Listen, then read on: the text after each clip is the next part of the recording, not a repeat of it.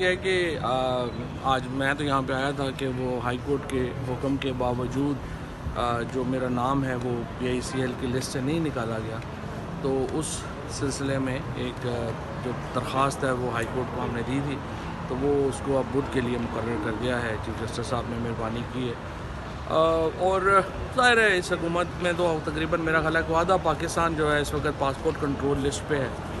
نہ پاکستان سے آپ کو باہر جانے کی اجازت نہیں ہے، پاکستان کے اندر زندہ رہنے کی اجازت نہیں ہے، تو عجیب سا انہوں نے ایک بنا دیا ہے برما اور کوئی نارتھ کوریا ٹائپ پاکستان میں 2 سال سے ہم دیکھ رہے ہیں کہ کنورٹ کر دیا انہوں نے۔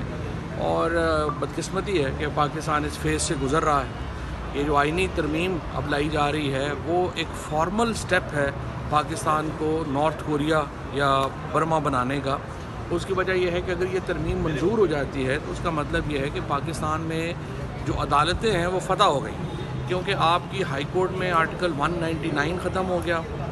آپ کے ہائی کورٹ کے ججوں کو مرضی سے جو ہے وہ کسی صوبے میں بھیج دیں گے، ان کی ٹرانسفر پوسٹنگ دے دی ہے۔ اس کے بعد ان کو ہر سال ان کو نکالنے کا بندوبست کیا گیا اور کہا گیا کہ سورس رپورٹ کے اوپر بھی جج کو گھر بھیجا جا سکتا ہے۔ اس کے ساتھ سپریم کورٹ کو ختم کر دیا ہے، چیف جسٹس پاکستان کا عہدہ ختم کر دیا ہے۔ یہ وہ ساری چیزیں ہیں جن سے عدلیہ تو ختم ہو جائے گی اور وکیلوں کی پریکٹس ہی ختم ہو جائے گی۔ لیکن ابھی تک میں حیران ہوں کہ ابھی تک نہ مجھے وکیلوں کی اسٹریٹجی کی کوئی سمجھ آئی ہے، نہ ہی سچی بات ہے کہ مجھے تحریک انصاف کی اسٹریٹجی کی کوئی سمجھ آ رہی ہے کہ جب سارا شو جو ہے، ساری ایفرٹ اسلام آباد میں آئینی ترمیم کو لیے ہو رہی ہے، تو آپ میاں والی میں جلسہ کر کے کیا ثابت کرنا چاہتے ہیں کہ عمران خان میاں والی پہ پاپولر ہیں؟ مطلب اس پہ کوئی دو رائے ہیں کہ عمران خان پاپولر ہے پاکستان میں؟ ہر بندے کو پتہ ہے عمران خان پاپولر ہے۔ تو آپ کا مقصد اس وقت تو آئینی ترمیم کو روکنا ہونا چاہیے، جو مجھے ابھی تک کوئی اسٹریٹجی جو ہے اس ضمن میں نظر نہیں آئی ہے۔ اور یہ ایک المیہ ہے کہ ابھی تک کوئی چیلنج تحریک انصاف کی طرف سے حکومت کو نہیں مل رہا، اور یہ پاکستان کے عوام کے ساتھ ایک بڑی زیادتی کی بات ہے۔ اور دوسری بات یہ ہے کہ دیکھیں، دوسری طرف تو ایک استعماری قوتیں ہیں، انہوں نے تو اپنی جو گراؤنڈ ہے اس کے لیے اپنے اختیارات میں اضافے کے لیے، آمرانہ اختیارات کے لیے پوری کوشش کر رہی ہیں۔ ان کو روکنا تحریک انصاف کا کام ہے اور وکیلوں کا کام ہے۔ اور وکلا جو ہیں وہ کہہ رہے ہیں کہ ہم پشاور میں کنونشن کریں گے۔ جب ترمیم اسلام آباد میں ہو رہی ہے، آپ کنونشن پشاور کرنے جا رہے ہیں، تو اس کی بھی کوئی مجھے سمجھ نہیں آئی کہ بار کونسل جو ہیں وہ آپ کیا کر رہی ہیں اور ان کا کیا اقدام ہے، اور کیا بار کونسلز کو یہ کام ہے کہ وہ کسی پلاٹ کے لیے یا کوئی جو چند وکلا جو ہائر ہوئے ہیں ان کو سامنے رکھ کے سارے وکیلوں کی پریکٹس ختم ہو جائے اور سارے وکیل چپ کر کے بیٹھ جائیں؟ پاکستان بار کونسل اور سپریم کورٹ بار ایسوسی ایشن کا کام ہے کہ وہ وکیلوں کی نمائندگی کریں، اور وکلا اس وقت پاکستان کے اندر بالکل متحد ہیں کہ اس آئینی ترمیم کو نہیں آنا چاہیے۔ جسٹس منصور علی شاہ کا نوٹیفیکیشن فوری طور کے اوپر ہونا چاہیے۔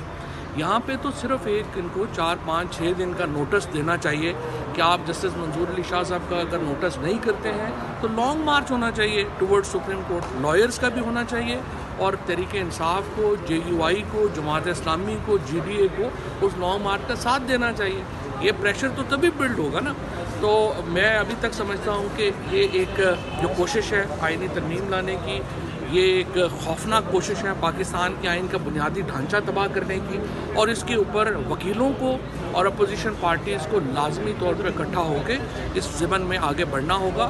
اور اگر وہ جلدی آگے نہ بڑھے اور یہ اسکیم کامیاب ہو گئی تو پاکستان کے آئین کو ناقابل تلافی نقصان پہنچے۔ سر، مخصوص نشستوں کے حوالے سے سر اسپیکر دونوں سر ایکٹیو ہو گئے ہیں، سر خط لکھ رہے ہیں، اور رات اسد قیصر نے بھی کہا ہے اگر ہمیں نہیں ملتی ہمارے پاس یہ آپشن ہوگا اسمبلیوں سے نکلنے کا۔ سر اس کو کیسے دیکھتے ہیں؟ یہ اسمبلیاں تو فارم 47 کی پیداوار ہے، یہ اسمبلیاں پاکستان کے عوام کی نمائندگی نہیں کر رہی۔ ان اسمبلیوں سے تو آپ نے جلد یا بدیر آپ لوگوں نے باہر نکلنا ہے، اس میں تو کوئی دو رائے نہیں ہے۔ لیکن ابھی امپورٹنٹ بات تو یہ ہے کہ آئینی ترمیم کو روکا جائے، اور یہ سپریم کورٹ کے حکم پہ امپلیمنٹ نہیں ہو رہا، ہائی کورٹس کے احکامات کے اوپر عمل درآمد نہیں ہو رہا، تو پھر تو یہ سارا جو جمہوریت ہے، آئین ہے، یہ تو لپیٹا جائے گا نا۔ جب تک یہ ان کے اوپر عدالتوں کے اوپر عمل نہیں ہوگا، 8 ججز کے خلاف چیف جسٹس فائز عیسیٰ صاحب کہہ رہے ہیں کہ جی آپ نے سپریم کورٹ کے اکثریتی بینچ کے خلاف آپ نے کارروائی شروع کر دی ہے. سو یہ ایک پورا پاکستان کا آئین بکھر گیا ہے, ڈھانچہ بکھر گیا ہے, اور اس کو اکٹھا کرنا ضروری ہے. اور اس کے لیے امپورٹنٹ ہے کہ پاکستان کی سیاسی جماعتیں اور پاکستان کے وکلاء کے اوپر یہ ذمہ داری کا اس وقت ہے کہ وہ پاکستان کے آئین کو بچائیں. پاکستان کا آئین بچے گا تو پاکستان. اچھا سر, کیا سمجھتے ہیں کہ جو پاکستان جتنے بھی بارز ہیں وہ کیا مینٹلی طور پر تیار ہو چکی ہیں آئینی ترمیم پہ کمپرومائز کرنے کے لیے؟ دیکھیں, بات یہ ہے کہ جو بار ایسوسیشنز کی طرف سے جو وکلاء کی نمائندگی ہے وہ بھرپور طریقے سے نہیں ہو رہی. وکلاء پاکستان میں اس بات کے اوپر متحد ہے کہ یہ جو ترمیم ہے وہ کسی صورت نہیں ہونے دینی, اور وکلاء تحریک چلنے کے لیے بالکل تیار ہے. اب اگر اس کو بار ایسوسیشنز نے لیڈ نہ کیا تو اس کو وکیل خود لیڈ کر لیں. اچھا سر, لاہور کے جلسے کو آپ کیسے دیکھتے ہیں؟ ابھی میاں والی میں اور راول پنڈی میں بھی جلسوں کا اس سے کچھ خاطر خواہ نتائج آئیں گے؟ دیکھیں, عمران خان اور تحریک انصاف کی مقبولیت پہ کوئی سوال ہی نہیں ہے. اس وقت عمران خان سب سے مقبول لیڈر ہے, تحریک انصاف سب سے بڑی جماعت ہے, اس کے اوپر کون سی دو رائے ہے؟ عمران خان سے بڑا اتفاق رائے تو اس قوم کا کبھی ہوا ہی نہیں.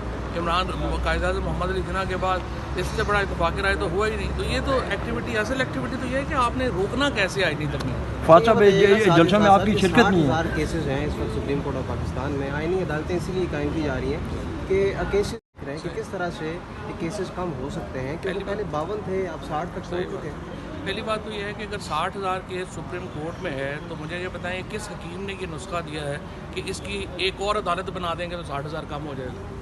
پہلے تو یہ تھا کہ سپریم کورٹ سے کیس فائنل ہو جاتا تھا. اب سپریم کورٹ کے فیصلے کے خلاف آپ آئینی عدالت میں چلے جائیں گے تو آپ کا کیس بڑھ جائیں گے, کم ہو جائیں گے.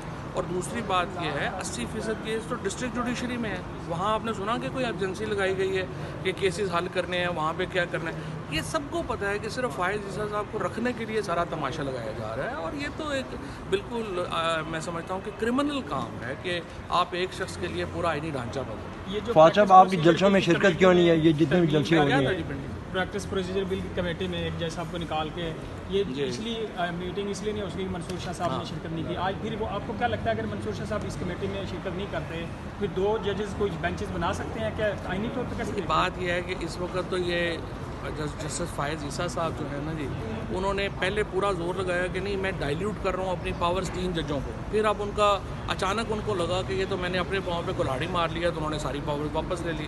اب فائز عیسیٰ صاحب جو ہیں وہ چاہے وہ جنگل کے بادشاہ بن گئے ہیں, جو مرضی کریں, یہ حالات جا رہے ہیں.